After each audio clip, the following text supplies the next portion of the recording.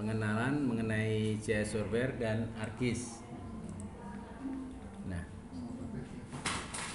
software GIS itu terdiri dari beberapa software ya, ada banyak macamnya. Yang berbasis vektor itu ada namanya Artinfo, kemudian ada ArcView, ArcGIS, kemudian ada Mapinfo, mungkin pernah ada yang coba pakai Mapinfo. Kemudian ada AutoCAD Map. Sebenarnya yang AutoCAD yang khusus buat peta ada namanya AutoCAD Map.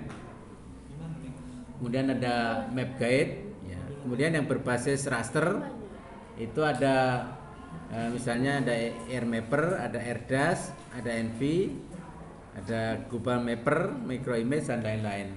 Banyak jadi software-software yang digunakan untuk pengelolaan data GIS. Nah, karena kita yang mau kita pakai adalah ArcGIS, jadi kita lebih mengenal dulu mengenai ArcGIS. Jadi ArcGIS ini merupakan produk software GIS untuk membangun suatu aplikasi GIS yang lengkap. Jadi bagian dari ArcGIS itu ada macam-macam. Ada ArcGIS Desktop, yaitu aplikasi GIS yang berbasis desktop. Jadi yang akan kita gunakan nanti adalah yang ArcGIS Desktop ini. Ya, kemudian ada namanya ArcGIS Engine. Nah, ini biasanya untuk membuat aplikasi. Ya, misalnya untuk membuat WebGIS, untuk membuat GIS aplikasi, misalnya membuat misalnya aplikasi aset misalnya. Jadi posisi aset daerah ketahuan ya, misalnya dengan ini posisinya di mana aja, posisinya apa aja. Itu nanti membuatnya menggunakan ArcGIS Engine ini. Kemudian ada server GIS. Server GIS ini lebih ke penyimpanan, yaitu kumpulan aplikasi GIS yang berbasis server. Jadi ada macam-macam juga, ada ArcGIS Server, ada RIMS, ada RSDA. Nah, ini biasanya digunakan oleh instansi-instansi yang mengelola data-data GIS seperti misalnya Bagus Surtanal gitu ya. Atau Bapeda, biasanya kalau Bapeda provinsi dia harus mempunyai ini karena dia akan menyimpan data dari berbagai instansi. Nah, begitu ada mobile GIS, yaitu yang dipakai di misalnya di iPad, kemudian di GPS. Nah, itu disebut mobile karena dia akan selalu bergerak. Nah, ini bagian dari ArcGIS. Ada ArcGIS Desktop, kemudian ada Engine, kemudian server dan mobile. Nah, untuk ArcGIS Desktop sendiri, nah ini nanti ada istilahnya, ini ada berbagai macam ya. Fungsinya adalah untuk digunakan untuk pemetaan, kemudian analisis, editing, manajemen data, visualisasi dan geoprocessing. Nah, ini adalah fungsi-fungsi dari ArcGIS Desktop. Nah, nanti aplikasinya, jadi yang kita pelajari nanti ada namanya ArcMap, kemudian ada ArcCatalog, ada ArcToolbox.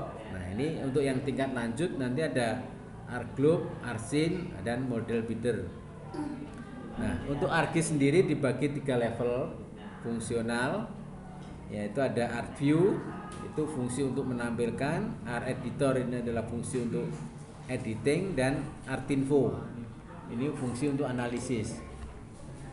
Nah, ini jadi nanti yang akan kita pelajari adalah ArcMap untuk membuat petanya, ArcCatalog itu adalah untuk manajemen datanya, kemudian ArcToolbox-nya ini untuk fungsi analisis, jadi untuk transformasi, untuk konversi, kemudian proyeksi dan lain-lain, untuk overlay dan sebagainya ya. Jadi nanti lewat ArcToolbox.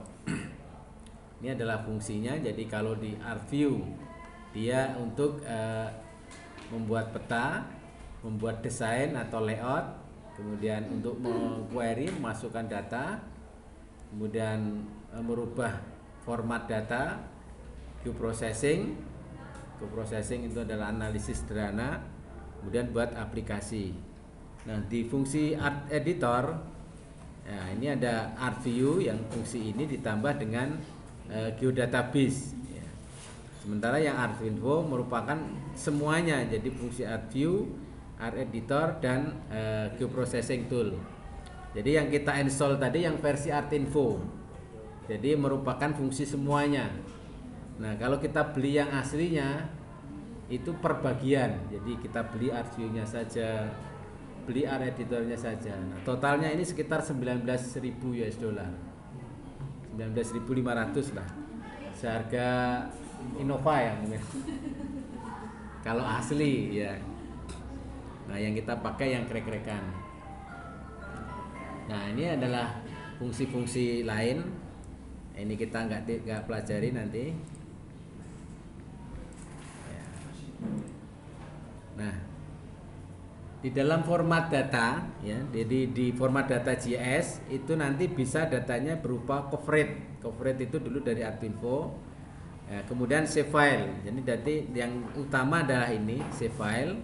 Kemudian grid dan tin ini untuk membuat 3 dimensinya, kemudian ada citra. Jadi ArcGIS ini sebenarnya bisa juga untuk mengolah citra, tapi hasilnya kurang bagus.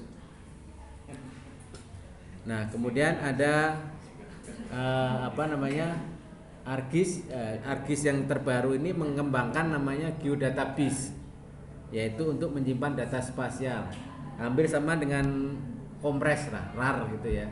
Nah, GeoDataBase itu nanti kalau kita simpan di GeoDataBase, jadi nggak bisa dilihat di mana-mana, hanya bisa buka di ArcGIS. Nah, fungsinya sebagai penyimpan data juga mengompres data. Nah, GeoDataBase ini merupakan relationship atau hubungan antara data spasial dengan data server.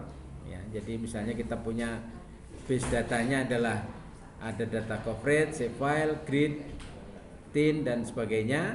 Nah, nanti kita bisa, ini biasanya untuk kepentingan pemrograman. Nah, nanti kita secara sederhana akan kita coba juga membuat GeoDataBase yang file GeoDataBase. Tapi kalau yang besar biasanya kita harus membutuhkan program khusus GeoDataBase, misalnya pakai SQL Server, pakai Oracle dan lain-lain.